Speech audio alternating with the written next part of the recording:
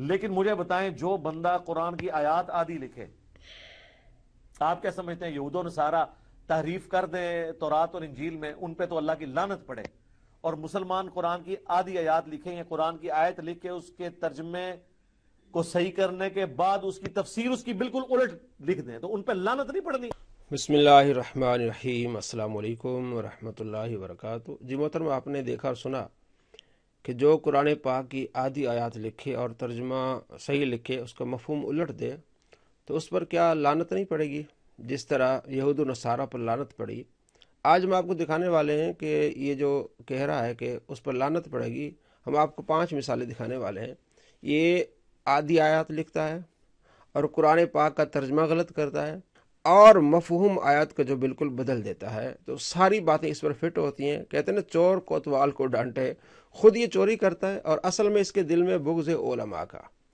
اس نے یہ باتیں مفتی احمد یار خان نعیم رحمۃ اللہ علیہ کے بارے میں کہی تھی۔ حالانکہ محققین کا اور محدثین کا یہ اصول رہا ہے کہ جب کسی آیت سے دلیل لیتے ہیں تو آیت کا ایک حصہ لکھ لیتے ہیں، اس کے بعد اس کا مفہوم بیان کر دیتے ہیں۔ جس طرح بخاری آپ پڑھ لیں، پہلی حدیث کے اوپر جو امام بخاری نے آیت نقل کی ہے، انا اوحینا الیک کما اوحینا الی نوح والنبیین من بعد، بس آیت کا ایک حصہ لکھا ہے۔ اسی طرح اگلا باب جو باب الایمان ہے، آپ دیکھیں گے امام بخاری رحمۃ اللہ علیہ کافی ساری آیات لکھے لیکن ان کا ایک حصہ لکھا ہے۔ تو کیا امام بخاری رحمۃ اللہ علیہ پر یہ بات فٹ ہوگی؟ نہیں، کیونکہ محدثین محققین آیت کا حصہ لکھ کے اس کا مفہوم بیان کر دیتے ہیں۔ لیکن چونکہ اس نے جو ہے وہ علماء پر اس طرح کیچڑ اچھالنا تھا، تو ہم آپ کو دکھاتے ہیں کہ یہ باتیں اس پر فٹ ہوتی ہیں، اور اس نے قرآن پاک کی اس طرح تحریف کی ہے کہ جو آیات کفار کے متعلق تھیں اس نے وہ اولیاء کرام پر فٹ کی ہیں۔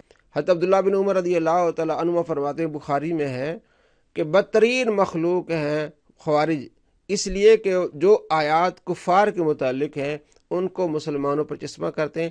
آئیے ہم آپ کو پہلی مثال دکھاتے ہیں کہ کس طرح جو کفار کے متعلق آیت ہے اور باقاعدہ اللہ کریم فرماتے ہیں وَمَثَلُ الَّذِينَ كَفَرُوا، مثال ان لوگوں کے جو کافر ہیں، وہ اندھے ہیں، گونگے ہیں، بہرے ہیں، انہیں عقل نہیں ہے۔ یہ پوری آیت جو کفار کا لفظ لے کے اللہ کریم نے فرمایا ہے، کس طرح اللہ کے ولیوں پر فٹ کرتا ہے، اور ین کیوں پڑھ رہا ہے، قرآن بھی غلط پڑھ رہا ہے۔ مثل الذین کفروا کمثل الذی ینقع بما لا یسمع، اور مثال ان کی جنہوں نے کفر اختیار کیا ایسی ہے جیسے کوئی چلا رہا ہو ایسے جانوروں کے پیچھے، الا دعاء و نداء، جو سوائے خالی پکار اور آواز کے کچھ نہ ہو، صم بکم عمی فہم لا یعقلون، یہ لوگ بہرے ہیں، گونگے ہیں، اندھے ہیں، کچھ عقل نہیں رکھتے۔ یہ ہے جناب بابوں کے فضائل و برکات، اور ہمیں کہتے ہیں جناب اب انجینئر محمد علی مرزا کو کیا پتا کہ بابا کیا ہوتا ہے۔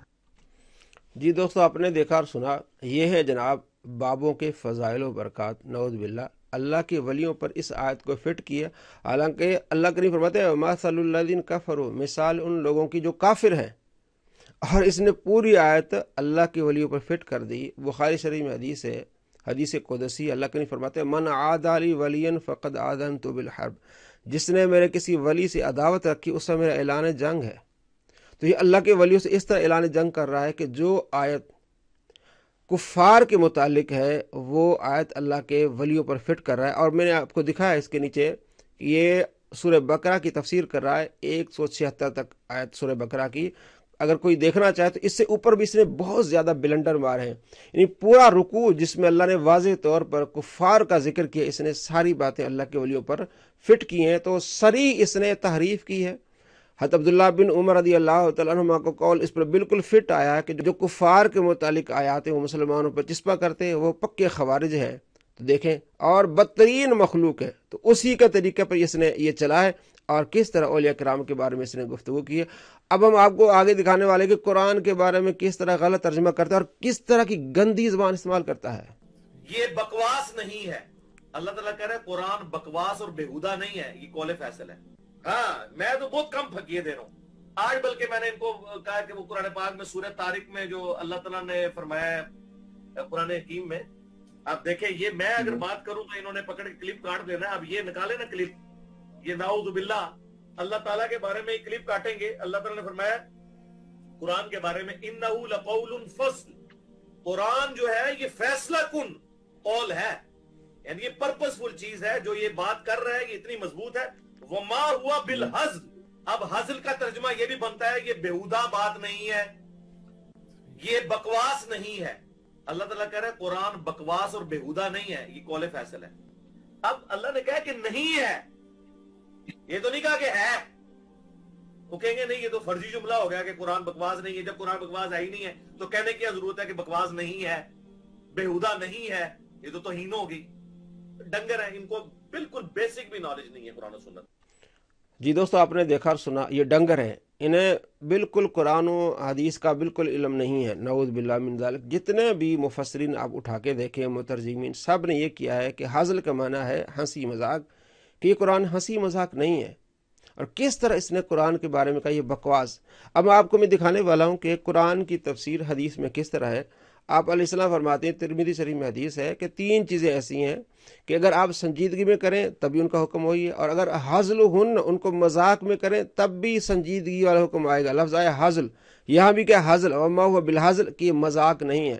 اور وہاں بھی اللہ کے نبی کیا فرماتے ہیں، حزل ہن، کہ اگر آپ مذاق میں 3 چیزیں کریں، نکاح، طلاق اور رجوع، تب بھی ہو جائے گا. تو قرآن کی تفسیر نبی علیہ السلام نے خود اس طرح فرمائی ہے کہ وہ جو جملہ، وہ جو لفظ قرآن پاک میں آیا تھا وہ آپ علیہ السلام نے استعمال فرما کر اس کی تفسیر کر دی ہے. تو یہ کہتا ہے یہ ڈنگر ہے. علماء کرام نعوذ باللہ یہ ڈنگر ہے، مجھے سب کچھ آتا ہے، جس کو عربی نہیں آتی. تو یہ ترجمہ بھی اس نے غلط کیا.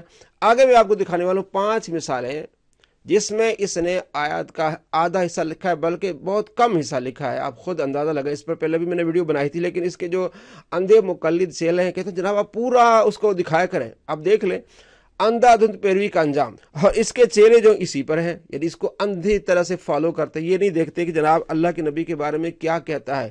ہم نے پچھلی ویڈیوز میں آپ کو دکھایا، یہ کہتا ہے کہ محمد عمر صدیق نے جو ہے مجھے چھوکرا کہا، یہ تو بازاری زبان ہے. اور یہی لفظ اس نے نبی علیہ السلام کے بارے میں کہا. جب اس کو پکڑا گیا کہ تو نے گستاخی کی، کہتا نہیں جناب انڈیا، پاکستان، بنگلہ دیش بولا جاتا ہے، اور گندی زبان استعمال کی. اب اندھا دھند پیروی کا انجام آپ دیکھ لیں. شروع میں اس نے کیا لکھا ہے آپ دیکھ رہے ہیں، اتخذوا احبارهم ورهبانهم اربابا من دون اللہ. سورہ توبہ آیت نمبر 31، آیت کے ایک حصہ لکھا ہے. کافی ساری آیت اس نے کیا کر دی ہے، چھوڑ دی ہے. آگے جناب دیکھیے، وحی کا فیصلہ نمبر 1، لیس کمثلہ شیء وہو السمیع البصیر. سورہ شورى آیت نمبر 11 آپ دیکھ لیں، آدھی سے بھی کم آیت اس نے لکھی ہے. اور پیج نمبر اس کا دیکھیں 3 ہے، وحی کا فیصلہ 11 نمبر، وَلِلَّهِ الْعِزَّةُ وَلِرَسُولِهِ وَلِلْمُؤْمِنِينَ وَلَكِنَّ الْمُنَافِقِينَ لَا يَعْلَمُونَ. اس نے آیت کا ایک حصہ لکھا ہے، کافی ساری آیت اس نے کیا کر دی ہے، چھوڑ دی ہے. آگے پیج نمبر 4 اور وحی کا فیصلہ نمبر 16، النبی اولیٰ بالمؤمنین من انفسہم وازواجہ امہاتہم. آپ خود دیکھ لیں کتنا حصہ اس نے چھوڑا ہے، کتنا حصہ اس نے چھوڑا ہے. سورہ احزاب آیت نمبر 6. اور 5ویں مثال آپ دیکھ لیں، 19 نمبر وحی کا فیصلہ، وما کان اللہ لیطلعکم علی الغیب ولکن اللہ یجتبی من رسلہ من یشاء. اس نے 2 حصے چھوڑے ہیں اور 1 حصہ لکھا، بلکہ 2 حصوں سے بھی زیادہ چھوڑے ہیں. اگر ان باتوں کو لیا جائے کہ جناب آدھی آیت لکھتے ہیں تو آپ دیکھ لیں اس پر لعنت پڑتی ہے.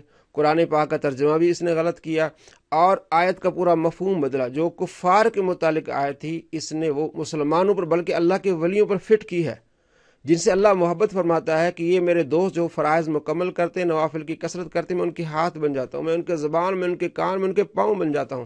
جب وہ مجھ سے سوال کرتے ہیں تو میں انہیں ضرور عطا فرماتا ہوں. اللہ کریم اتنی ان سے محبت فرماتا ہے، اور فرماتے الا ان اولیاء اللہ لا خوف علیہم ولا هم يحزنون. سن لو، جو اللہ کے پیارے انہیں کوئی خوف نہیں، کوئی غم نہیں ہے. تو اللہ کے ولیوں سے دشمنی رکھنا یہ اللہ کریم سے اعلان جنگ ہے. اللہ کریم فرماتے ہیں من عادى لي وليا فقد آذنته بالحرب. جس نے میرے کسی ولی سے عداوت رکھی اس سے میرا اعلان جنگا. یہ عداوت تو کہ یہ تو دشمنی کرتا ہے. نام بابی، نام بابی، وہ آیت جو کفار کے متعلق ہے کس طرح مسلمانوں پر چشمہ کرتا ہے، اور کہتا ہے جناب یہ ہیں ان کے فضائل. اللہ پر جھوٹ، الامان والحفیظ، الامان والحفیظ. السلام علیکم ورحمۃ اللہ وبرکاتہ.